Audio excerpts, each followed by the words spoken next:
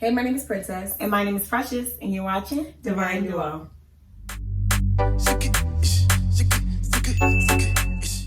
So guys, in today's video, we have something a little fun, different, and something I definitely wanted to see before I got into nursing school. I wanted to know about what clinical was going to be like. I used to hear so many crazy stories. You never know what's going to happen. That's very true. I didn't even know what clinicals was. I'm not gonna lie. I didn't even know what it was. And of course, we got to experience clinical during a time that, was different for America, COVID. So we definitely had some crazy experiences, but we just wanted to bring this video to you guys today to let you guys know what clinical is like, what's it about, like what a day for clinical is like, and what to expect. So if you're interested in knowing a little bit of that, stay tuned. Okay, first things first, let's talk about what clinicals is. Like, what is clinical? We can talk about what is clinical. What is clinicals? Clinicals are definitely one of the most important areas of nursing school. It's where you actually show your hands-on skills, and it works on what you've been learning throughout the whole school year. Mm-hmm. So definitely gives students a chance to practice and gain some experience. For clinicals, how it ties in with nursing school is you need a certain amount of hours depending on your state. The board usually regulates the amount of hours that you need for clinical hours, and you basically have a shift you have to complete, and you're shadowing a nurse, just like doctors, like I guess the interns or will follow like a resident or whatever. It's kind of like that, where we're following nurses, and we'll have a nurse or two patients for the day, and we have to do what the nurses would do. Mm-hmm. If you've never given insulin before, or stuck somebody, or checked a blood sugar reading, you're going to most likely do that there. Yeah. If you haven't done suctioning before, you're most likely going to do that when when you get to a facility. Let's talk about what kind of places they send you to. They could send you to a variety of settings that require a nurse, like a hospital or an assisted living facility, acute care, long care, nursing home, any setting that requires a nurse. Even when I used to go to school, there was this school that was for mentally disabled kids. Some of them had G-tubes and whatnot, and there was nurses that needed to be in each and every room. So, you might be sent there to a school. We had a set amount of clinical hours that we had to complete for each specialty. So for general, we had to go to a nursing home. For psych, we had to go to a mental institution that was within a hospital. And probably like a memory care unit. Yes. Yeah. Well, you could, or you could go to the psych part of a hospital. Yeah, you don't go there. Yeah. Well, we had to. We had no choice. For peds, we will obviously, just be in a pediatric unit. Yeah. Or OB, UB, so it applies to whatever class that you're taking at that time. And med surg, there's med surg 1, med surg 2, so you would have more hours for med surg. You would have to go to med surg a lot.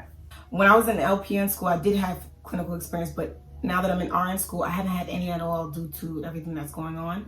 So COVID has definitely really altered my experience when it comes to having actual in-person clinical experience, like hours of working inside at a site. So we haven't had any at all. I've just literally been doing virtual online, lab work, and what's that gonna do? I can't save somebody from a computer. So that sucks. I had 4 quarters in my nursing program, and the first quarter wasn't any clinicals. The second quarter was when we started clinicals, and then COVID started getting hectic around the end of second quarter. Third quarter we had virtual clinicals, and then the state of Pennsylvania said that we had to have in-person clinicals for the last quarter. So we had to do 12-hour shifts. We went from 8-hour shifts second quarter and third quarter to 12-hour shifts, just so we can all get our hours What in. time to what time? So that was from 7 to 7. And they was not letting us go because it would have been more of a disservice to us. And you want that experience. Like, you really want to. I want it. You want that experience, because imagine you don't like it. Imagine you don't like it, and you don't like what you find out nurses are doing.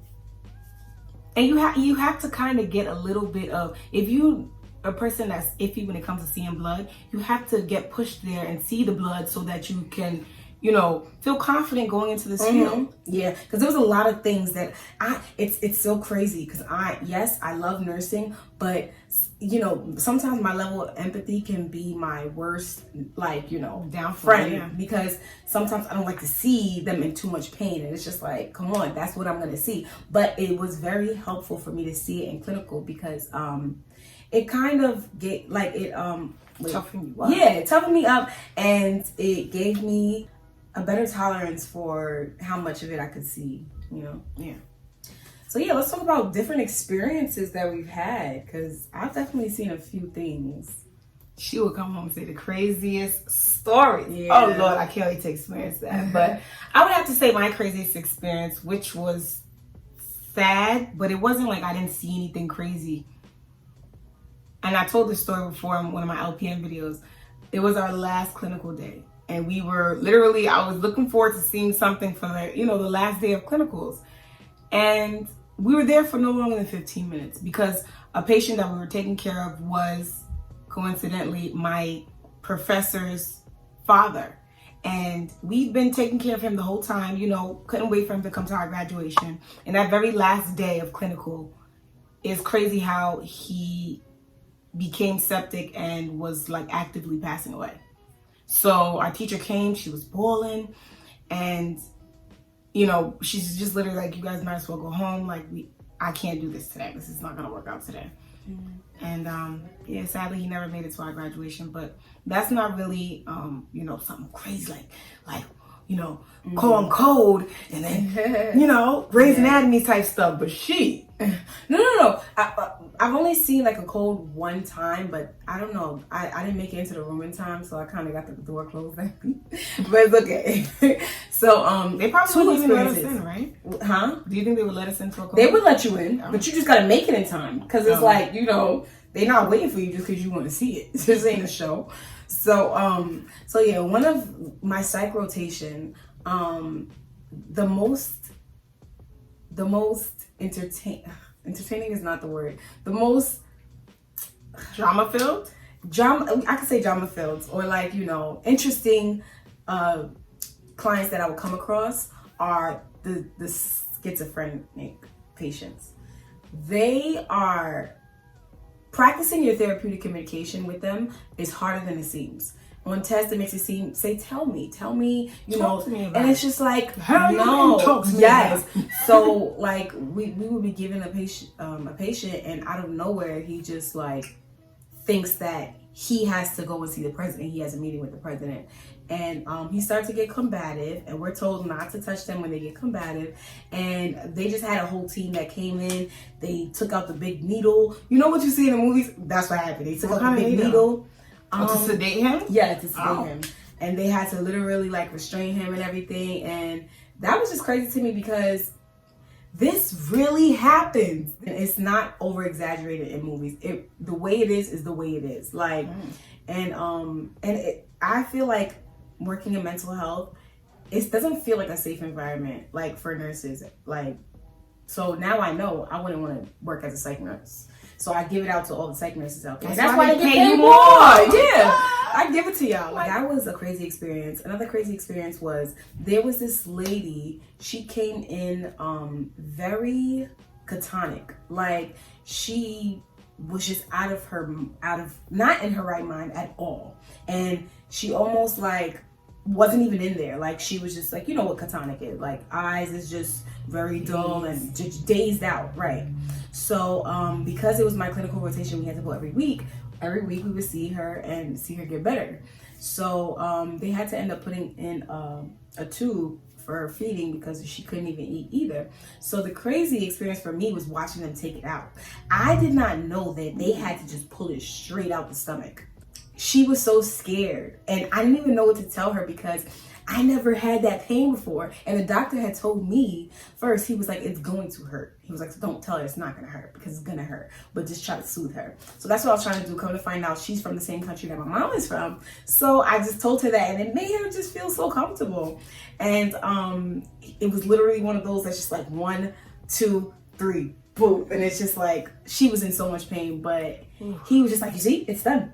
Like it was like stuff that came from it, and it like landed on his glasses, and he was making a joke about stomach content. Yes, literally stomach content. And then he told me about how like the stomach just regenerates and closes it up. The hole closes itself. So that was that hurt my stomach to watch, but I got through it. Right, I would have never thought that I could. And you might not get something, exciting. Anything you'll be grateful to see. I also watched a cabbage be done. If you're in nursing school, you how do you not bring that up first? Oh gosh. Oh yes, but now they go through like either the femoral artery or they go through here. To watch the revasculation of like the heart, we literally watched it when they put the dye in, and we seen where the occlusion was, and we seen them put in the tube, take it out, and then the blood flow just go. It was crazy. It was great. That was the most livest experience. That was cardiac, like done. And he was up. Yeah, because so you seen him there relieved. Yeah, I mean I couldn't go in the OR itself, but there's a window there. You watch it just like in Grey's Anatomy when they're sitting up on top, like that, and you can see the cameras and action. Watch Grey's Anatomy. I don't know no nurse that don't watch Grey's Anatomy. I have to. And you hear some of the stuff, and you're like, oh, I know what that is. I know what atropine is. Epi, push one. Like everything just makes sense. I've heard from some doctors that some of the stuff don't make sense, but as a nurse, like you're not at that level, but some of the things that nurses do make sense in the show. Definitely. Okay guys, this was a bit of something. I hope that this was helpful. I would love for you guys to go in the comments below and let us know what your craziest clinical experience was, or just write something about your clinical experience. And if you do comment, we're gonna know that you made it this far in the video. Thank you. So thanks for tuning into another video. If you liked it, go ahead and hit that like button. And if you want to join the PMP party, go ahead and hit that subscribe button, y'all. Thanks once again. Bye.